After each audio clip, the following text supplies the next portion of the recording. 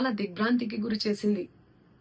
నన్ను ఆదరిస్తున్న తెలుగు కుటుంబ సభ్యులకు మళ్ళీ మళ్ళీ చెప్తున్నా, మీ మంగ్లీ ఎలాంటి తప్పు చేయలేదు. ఈ కేసుకు నాకు ఎలాంటి సంబంధము లేదు. అబద్ధాన్ని అబద్ధమని చెప్పి ఇంత గొంతు చింపుకొని చెప్తున్నా కూడా నాపై బురద చల్లడం ఆగడమే లేదు. అందుకే ప్రతి చేతిలో ఉన్న మొబైల్ కు రిమోట్ కు నా మొర చెప్పుకుంటున్నాను. చట్టాన్ని గౌరవించే పౌరురాలిగా బాధితులకు న్యాయం జరిగేందుకు, దర్యాప్తు అధికారులకు సహకరించేందుకు నేను సిద్ధంగా ఉన్నానని మీకు విజ్ఞప్తి చేసుకుంటున్నాను. మంగ్లీ ఎలాంటి తప్పు చేయలేదు, చేయదు కూడా. ఈ మైక్రో ఫైనాన్స్ కేసు చీటింగ్ కంపెనీకి డబ్బులు వసూలు చేసిన వివాదంలో నాకు ఎలాంటి సంబంధం కూడా లేదు. మధునాయక్ ను మా కమ్యూనిటీ ప్రోగ్రామ్ లో భాగంగా నన్ను, నా తమ్ముడు శివాను కలిసిన మాట వాస్తవమే. కానీ అతను చేసే వ్యాపార వ్యవహారాలు, అతని వ్యక్తిగత జీవితానికి సంబంధించినటువంటి సమాచారంపై నాకు ఎలాంటి అవగాహన లేదు. ఈ కేసు విషయం నా దృష్టికి వచ్చిన వెంటనే నేనే స్వయంగా వెళ్లి అడ్వకేట్ సుబ్బారావుతో పాటు రమావత్ మధుపై పోలీసులకు ఫిర్యాదు చేసిన. తప్పు చేసిన రమావత్ మధు అండ్ గ్యాంగ్ పై ఖచ్చితంగా చర్యలు తీసుకోవాల్సిందే. బాధితులకు న్యాయం చేయాల్సిందే.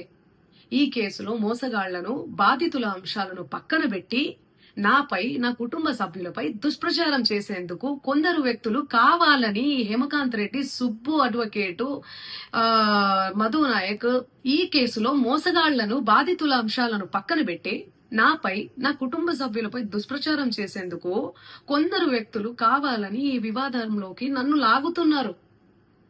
నిజానికి మైక్రో ఫైనాన్స్ అనే వ్యవహారంలో నష్టపోయింది బాధితులతో పాటు నేను కూడా ఒక బాధితురాలనే. వాళ్ళు అమాయకులు డబ్బులు పోగొట్టుకున్నారు, నేను పేరుని నష్టపోయాను. ఈ వివాదం తెరపైకి వచ్చినప్పటి నుండి ప్రతి క్షణం నా కుటుంబ సభ్యులు, నేను చేయని తప్పుకు బద్నామయ్యి మానసిక క్షోభకు గురి అవుతున్నాం. సో దయచేసి ఆలోచించండి అందరూ కూడా, ప్రజలారా. మంగ్లీకి సంబంధించినటువంటి అనుచరులు ఎవరైతే ఉన్నారో, మంగ్లీకి సంబంధించినటువంటి ఉస్మానియాలో కొంతమంది ఒక బ్యాచ్ ఎవరైతే ఉన్నారో వాళ్ళను ప్రత్యక్షంగా మీడియా ముఖంగా నన్ను బెదిరించడం జరిగింది. ఏమని బెదిరించారు? మీరు చూశారు కదా, ఆ మాటలన్నీ కూడా నేను చెప్పడం కంటే కూడా మీరు చూశారు, అవి కూడా నేను రిలీజ్ చేస్తా. ప్రత్యక్షంగా బెదిరించడం జరిగింది.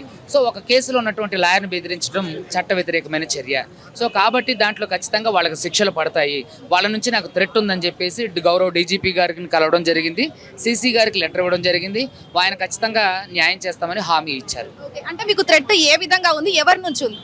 అదే మంగ్లీ అనుచరుల నుంచి నాకు థ్రెట్ ఉంది, నాకు ప్రాణహాని ఉంది. నాకు ఏదైనా జరిగితే మంగ్లీ అండ్ పంజాగుట్ట సిఏ రామకృష్ణ గారి ద్వారానే నాకు ఏదైనా జరుగుతుంది. ఎందుకంటే పంజాగుట్ట సిఏ రామకృష్ణ గారికి ఎగెన్స్ట్గా ఆర్డర్ తీసుకొచ్చాం కాబట్టి పరోక్షంగా ఆయన నా మీద దాడులు చేపించడానికి కూడా అవకాశం ఉంది భవిష్యత్తులో. అంటే ఎన్ని రోజులు ఇంకా ఇది కొనసాగుతుంది అనుకుంటున్నారా? అంటే సివిల్ కేసు కాబట్టి దీనికి కొంచెం టైం పడుతుందండి.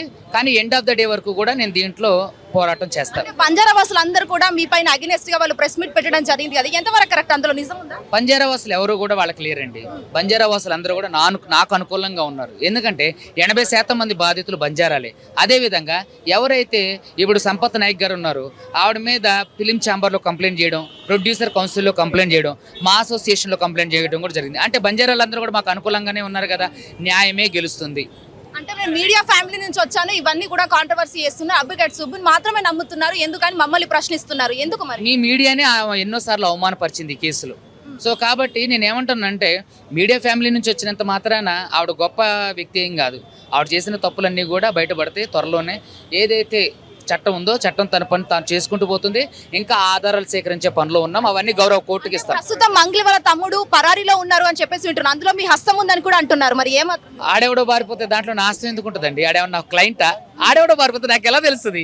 సో ఇదంతా సత్యం. ఓకే, సో ప్రస్తుతం అయితే స్కామ్ ఎన్ని కోట్లు జరిగింది? దాదాపుగా ఇంచుమించుగా చాలా వరకు జరిగిందని కూడా అంటున్నారు. నాకు తెలిసి అయితే 200 కోట్ల వరకే తెలుసండి. నా దగ్గరకు వచ్చిన క్లయింట్లు మాత్రం 9.5 నుంచి 10 కోట్లు. ఓకే, సో ఫైనల్ గా మీకు స్క్రీముకి అంటే చాలా వరకు క్రష్ అని చెప్పేసి కూడా అంటున్నారు. అది ఎంతవరకు బిగ్ బాస్ కోసమే ఇదంతా చేస్తున్నారని కూడా? అవన్నీ కూడా ఏమండి, నేను ఎప్పుడన్నా చెప్పాను ఆవిడతో ఇప్పుడు నేను మంగ్లీ గారితో చెప్పాను పలానా వాళ్ళంటే నాకు క్రష్ అని. ఎందుకంటే ఈ కేసును తప్పుదోవ పట్టించడానికి ప్రయత్నం చేస్తారు, మీడియా అటెన్షన్ని డైవర్ట్ చేస్తారు. ఎందుకు సుబ్బుయే అడ్వకేట్ సుబ్బుయే వేస్తుండో, బాధితుల తరపున కొట్లాడే సుబ్బు ఎందుకని ఇన్ని వివాదాల్లో ఇరుక్కుంటుండో, ఎందుకు ఇన్ని వివాదాలు సృష్టిస్తున్నారు మంగ్లీ గారు, న్యాయ వ్యవస్థ మీద ఎందుకు బురద జల్లుతున్నారు, ఇవన్నీ కూడా ప్రజలు చూస్తున్నారు. నేను ఖచ్చితంగా బాధితుల వైపు నుంచి పోరాటం. ఫైనల్లీ మీరు మంగ్లీకి ఏం చెప్పాలనుకుంటున్నారు? ఒకటే చెప్తున్నా, ఆవిడకే నేను ఒకటే చెప్తున్నా, రండి రోడ్డు మీదకి, బాధితుల తరపున పోరాటం చేయండి. మీరు లేరని మేము ఒప్పుకున్నాం. Thank you.